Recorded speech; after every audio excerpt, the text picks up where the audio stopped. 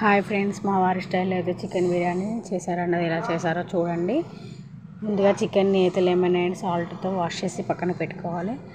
ఆ తర్వాత బాస్మతి రైస్, మేమైతే బాస్మతి రైస్ తీసుకున్నామండి 2 kgs. దాన్ని 1 time వాష్ చేయాలి, ఎందుకంటే రైస్ అనేది విరిగిపోతుంది. ఆ తర్వాత వెడల్పాటి గిన్నె తీసుకొని అందులో చికెన్ వేసి రుచికి సరిపడా కారం, ఉప్పు, అల్లం వెల్లుల్లి పేస్ట్, తగినంత పెరుగు, చికెన్ మసాలా, గరం మసాలా, ధనియా పౌడర్ ఇవన్నీ వేసి ఆ తర్వాత మేమైతే పచ్చి ఆనియన్సే వేసుకున్నామండి. ఆ ప్లేస్లో మీరు వేయించిన ఆనియన్స్ కూడా వేసుకోవచ్చు. అందులోనే ఆయిల్ వేసి కొత్తిమీర, పుదీనా వేసుకొని చూడండి, ఇలా ఈ విధంగా అన్నీ కలిసేటట్టు పెట్టుకోవాలి, ఒక పక్కన పెట్టుకోవాలి. ఆ తర్వాత రైస్ పెట్టి అందులో హోల్ గరం మసాలా వేసి 70% ఉడికిన తర్వాత చూడండి, చికెన్ అయితే ఉడికిపోతుంది.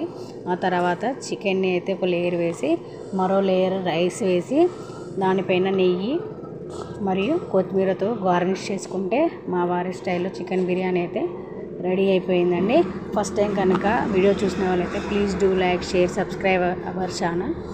Bye friends.